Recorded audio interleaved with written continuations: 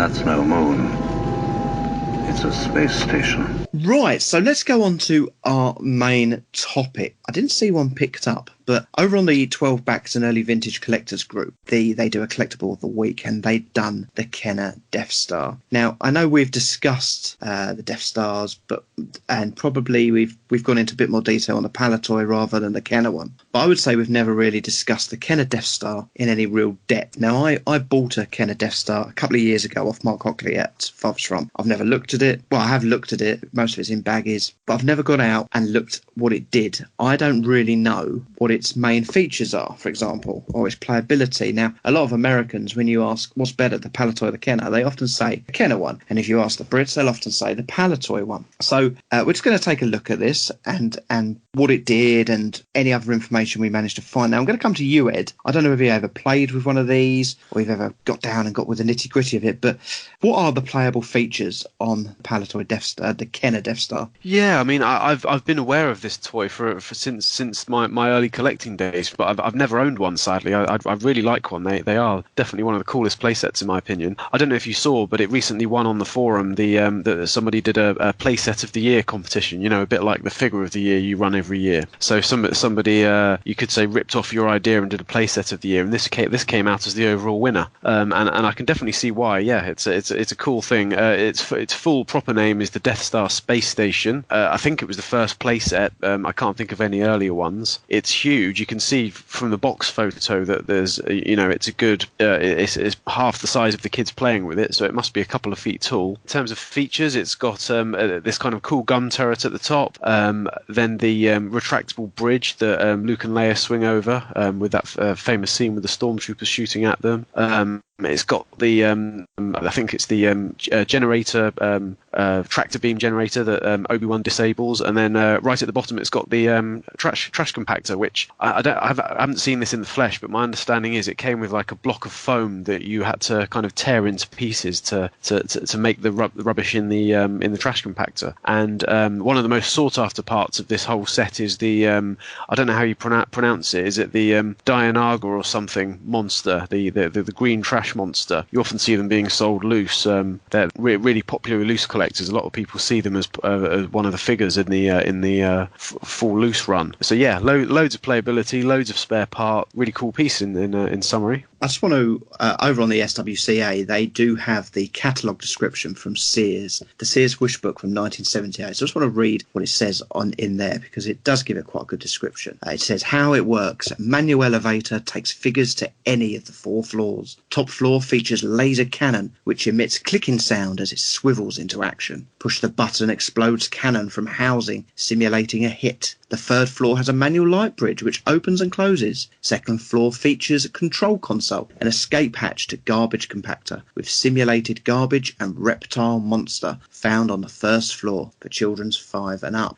Rich, we've talked about age before. Now this is 5 and up. Most things we've had are 4 going up in the world. Do you think that's got something to do with the foam? I wouldn't have thought so. No, I wouldn't have thought so. It may just be the size of it. It's quite a big thing. Would younger kids want to climb on top of it? Well, yeah, possibly. It's 20 inches tall, so has got a bit of height about it. How about it, Ed? What do you think about the shape of it, Ed? It's kind of like a big giant piece of Trivial Pursuit, isn't it? It's yeah, like a kind of pizza shaped. It's I guess they're trying to do a cross section of the Death Star. Yeah, it kind of works. I must admit, I've never seen one in the flesh assembled, so I'm not sure what the front face is like. Is that like the outside of the Death Star? Yes, it is. The whole of the Death Star. It's not stickers. The 2 cardboard sleeves. So on the inside, they've got like false screens and buttons and things, and on the other side, it's the Death Star hull. Rich, did you say the gun did something else as well? Well, you mentioned it in the description there, so it swivels around, but there's a small lever, and then when you press it, the gun actually pops off. So if you're displaying this loose, I would never display the gun like that, because the weight of the gun will break the clip that's inside it. So you're always recommended to display the gun just lying down on the top or something similar. And you see on the gun, there's 2 pieces that come out from the gun. The smaller piece is nearly always snapped. So you've got to make sure that when you get the gun, you've got the one with the 2 pieces intact. Stu, you said you got one and briefly had a look at it. What was Can you remember what the foam was like? Had that kind of turned into a bag of gunk? So the bag, yeah, it's all kind of congealed together, but it's still sealed. It's not touching anything. It's never been opened, so I've kind of just left it as it is. But yeah, you couldn't open it and do anything with it. Do you really need it for that playset? Really, I know it goes in the trash compactor, but you can use anything. Maybe get some sweet corn, pour that in there, and maybe throw a couple of cockroaches in. Get a bit of fluff at your belly button, put that in there. You know, just make your own. Pete, what do you think of it as a toy? I think I would have really liked it as a kid, but I don't ever remember seeing it anywhere. I don't remember any shops stocking it or anything. I think if I'd have known about it, I would have wanted it, because there was because it's got the trash compactor scene was my favourite scene. So if I could have played that scene over again, I would have, because I would have been putting all sorts of things. My dad had. He's still got his stuff. He has so many bits of metal and all sorts. I would have been down the shed getting everything to recreate that scene, which obviously was recreated with a shoebox normally. But to actually have something that I think if you turn the handle, doesn't it? It's slightly compact. I would have been away. Oh my God, I'd have been playing for that for days. It is a beaut. It is a beaut. Here's the new Star Wars Death Star space station that you put together. Action figures each sold separately. Darth Vader's firing a laser cannon. It's been hit. He's after Luke. Take the elevator. Hurry. Now cross the light bridge. You won't escape me. Jump, Luke. Oh, no. The trash compactor. There's a trash monster. The wall's closing. Save. Kenner's new Star Wars Death Star space station. Action figures each sold separately. Now, Rich, I want to come to you because Pete's just alluded to it there. I'm not sure if I ever saw this in this country. Now, what countries did this appear in? And did any of the countries that had the cardboard Death Star have this as an option? Because we know that the cardboard came out in France, Australia, New Zealand. Was this an option in any of those countries? Yes, nice segue, Pete. You would have thought that you've read the show notes for a change. Yeah, Pete didn't see this because it was only available initially in the States. And there were two different versions. Well, it's the same version, really. Two different changes on the box. So you had the original 1978 box with the LP logo, and then the 1979 box with the non-LP logo. But there was nothing really different between the two other than that. Now, when you mention other countries, it was available in Canada, but as you've said there, the cardboard one was also available in Canada, which I didn't realise it was a Sears exclusive. I thought the cardboard one was just available generally in Canada, but it wasn't. It was only available in Sears. So Sears must have got some deal together with Palitoy to get the cardboard one shipped over there. So that must have been something that they especially arranged, because if you had been walking around the stores in Canada, you would have seen the US version, which I think is a fantastic toy. I love mine. It never made it to the Empire Strikes Back line, and that's probably due to the fact that there was no Death Star in Empire Strikes Back.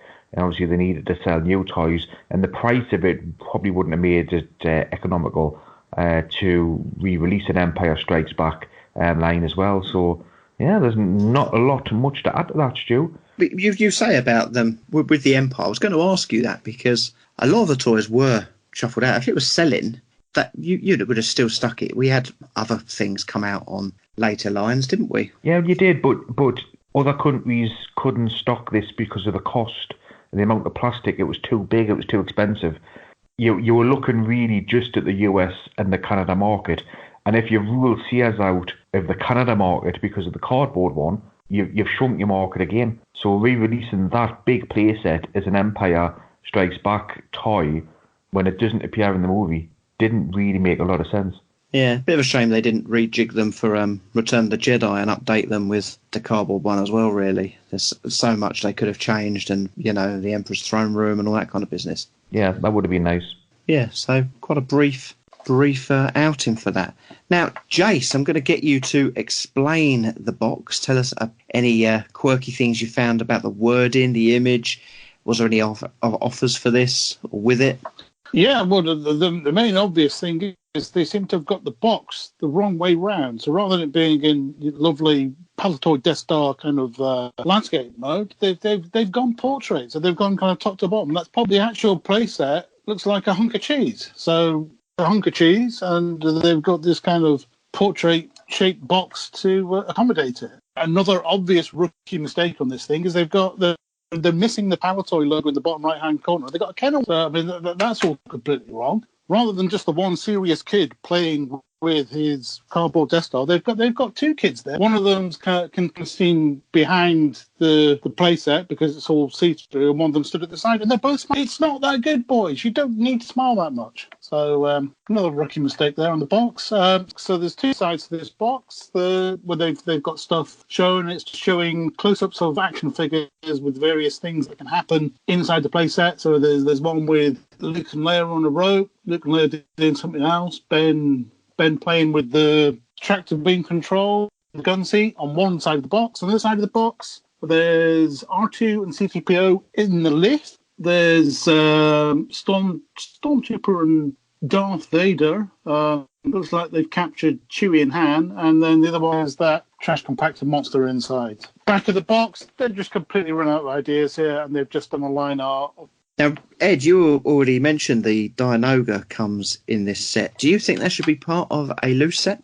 No, not to me personally. I think if it didn't come on a card, then in a bubble on a card, then it's not part of the run. But I can see why people want it. It's a cool little toy to collect. Actually, in that photo you posted a minute ago, you can really see the scale of the playset compared to that. Because I've held one of those monsters in my hand, and they're pretty large. And it looks tiny compared to the playset. Yeah, I think you've definitely got a lot for your money. Pete, just a quick one before I move to you in a minute. What was the original pricing of this? Apparently the retail price was around about the $17.99, which I thought was quite cheap. But then again, back then it might have been a bit pricey. But yeah, $17.99, 1978. I would say that's a whole lot of toy for your buck there. I think that's a pretty good price when you compare to some of the other toys. I'm just flicking through a book here. It's a fact for you, Stu. It's a fact. How many pounds was that worth in 1978? I actually had a look at what the exchange rate was at exchange rate $17.99. I'm going to go about a tenner. Yeah, it was £9.44 that it worked out. Yeah, the exchange rate was dreadful for the Americans. Now, it was almost half a dollar. I know the Falcon was a really, really good toy, but that was original retail price of $29.99. We're talking $17.99 for that, and you're getting a lot of playability for your figures in that toy. I think it's a great toy. I think it doesn't get enough love over this side of the pond that it really deserves. I think when you come to talk about prices and what the current values are, the condition is reflected in the fact that there's hardly any, in fact none, mint and seal box versions of it, like on Tracker, for example. That's quite interesting. We'll get to that in a minute Yeah. Before we go to that, we could go over to the Vintage Alliance. Now, they're Americans. They are going to love this thing more than our British ones. So let's go and hear what they have got to say about this and see whether there is any pre-production stuff still existing for it. The Rebel Alliance is too well equipped. They're more dangerous than you realize. Hello, gentlemen. This is Ron Salvatore for the Vintage Rebellion Alliance. This time out, I'll be talking about Kenner's Death Star playset. As anyone who's seen the first Star Wars movie knows, many of the movie's most memorable scenes occur on the Death Star, the planet-sized weapon of the evil Empire. Luke and his friends go there to rescue Princess Leia. A bunch of stuff happens, and then they blow it up. I hope that doesn't spoil anything for you.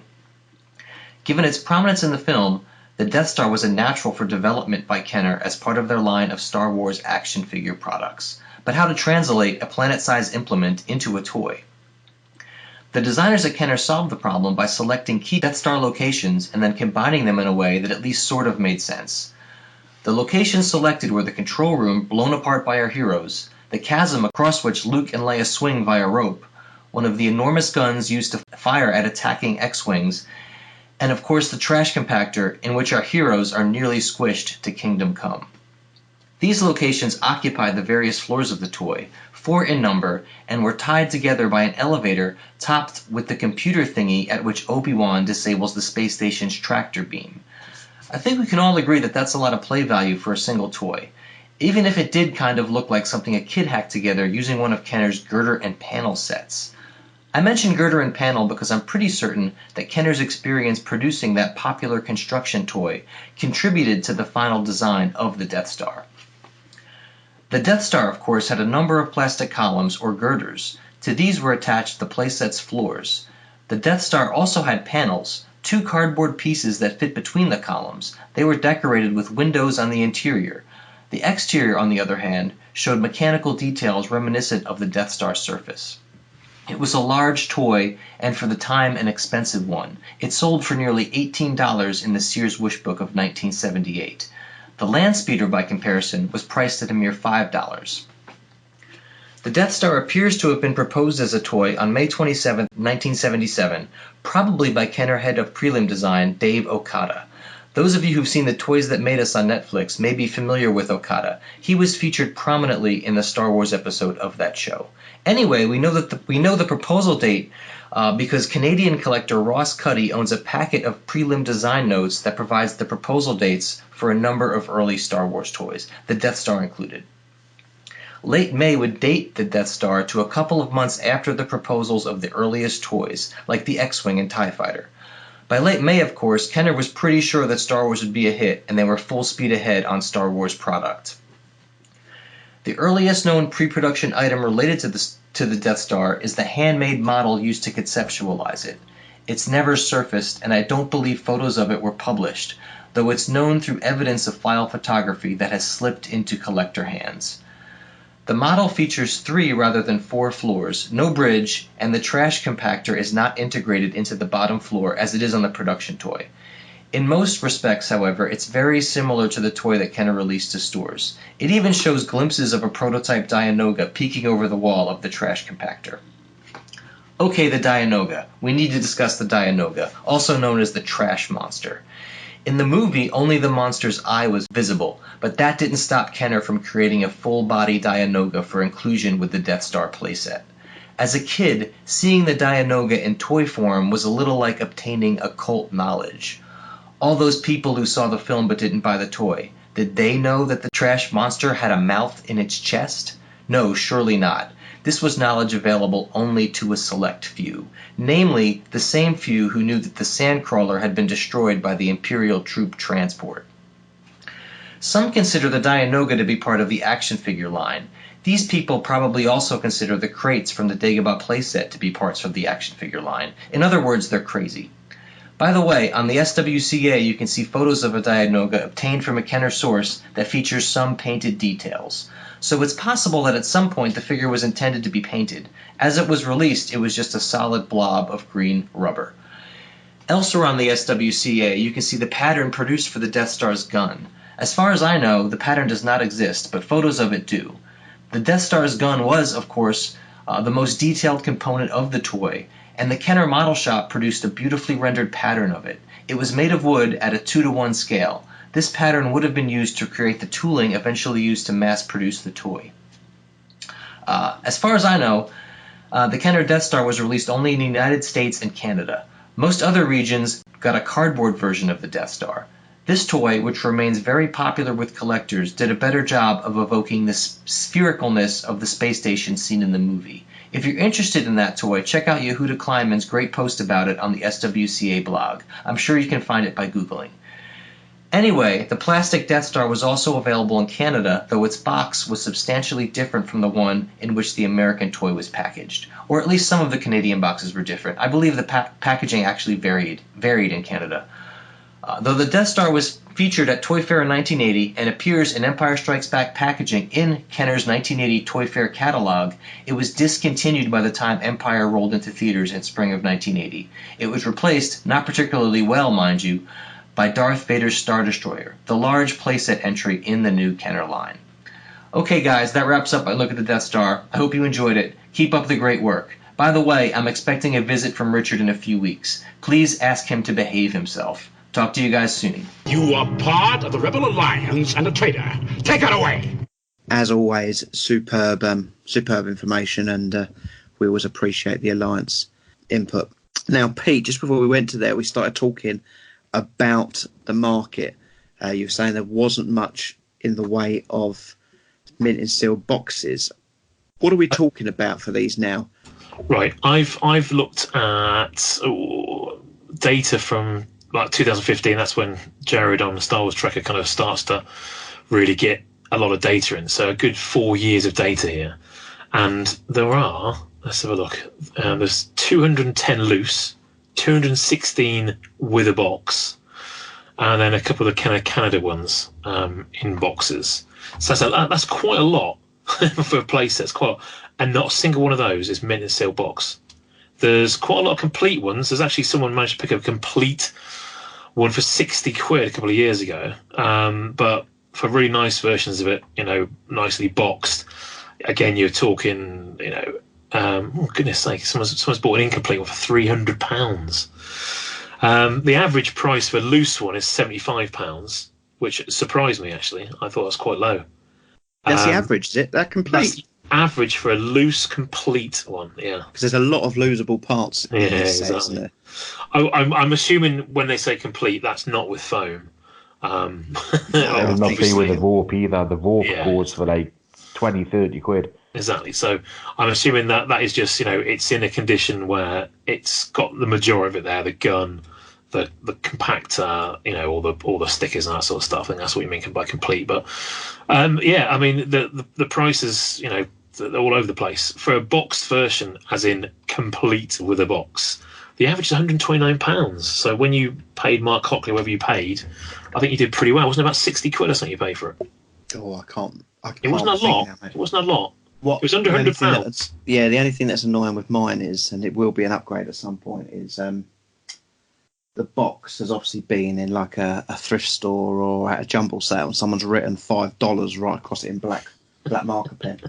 Right, that's all right. Box. But but it's an impressive box though. I mean, it's not like some little scribble little thing. It's a proper big old box. So even if it's got a bit of damage, it's still going to look impressive and nice in a collection.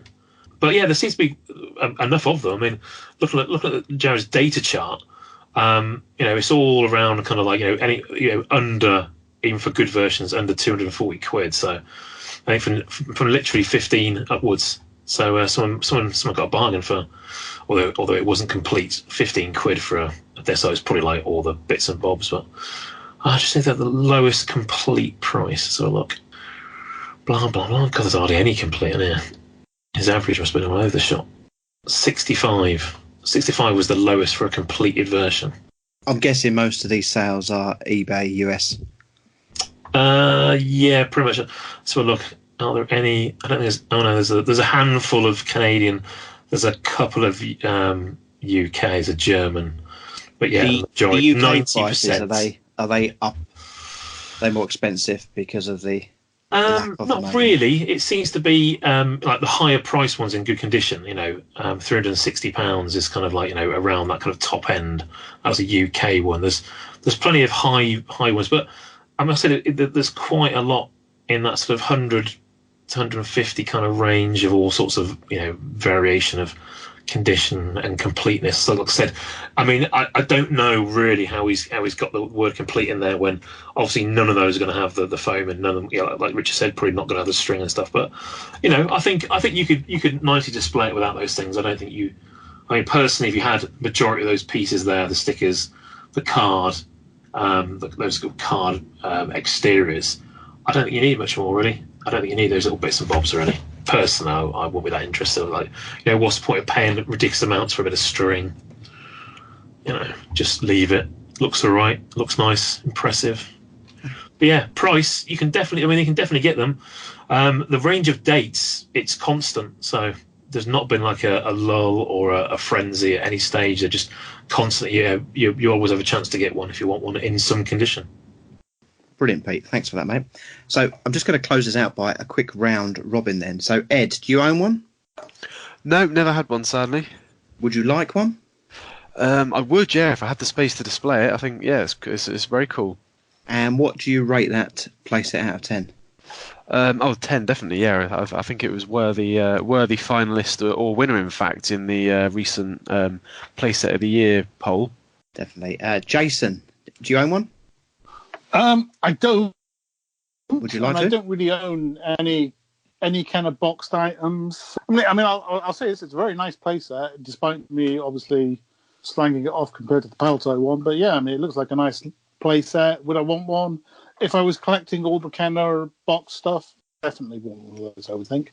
And what would you give it out of 10 as a playset? I'm going to give it a 8 out of 10. 8 out of 10. Pete, do you own one? No, but I'll probably end up buying yours when you fob yours off. It's nice, actually, mate. You'll like it. So you do want one then, I take it? Yeah. That I would like. What would you give it? What's your rating? Yeah, I'll probably get a good solid 9 because I think it's a great piece to display figures on as well. I mean, I know exactly where I'd put it, and I would just fill it full of anything Death Star. I would fill it full of figures. It's just a great display for figures. Yeah. And Rich, I'm guessing you have got one. Yep, I do. And what would you rate it? Full 10. I think it's brilliant. It's the best playset. Brilliant. So that's a big shout. How many figures have you got on it?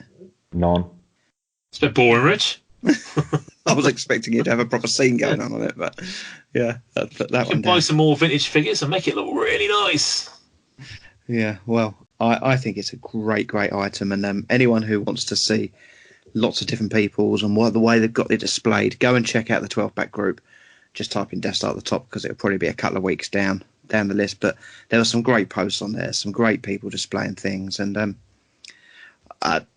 Jason, you've compared it to the Palatoy. I didn't really want to get into that today because I think as Brits we all probably, I know Rich actually prefers this one, but I think generally Brits prefer the cardboard one. But sometimes it gets overlooked at just how good it is over here. But great toy.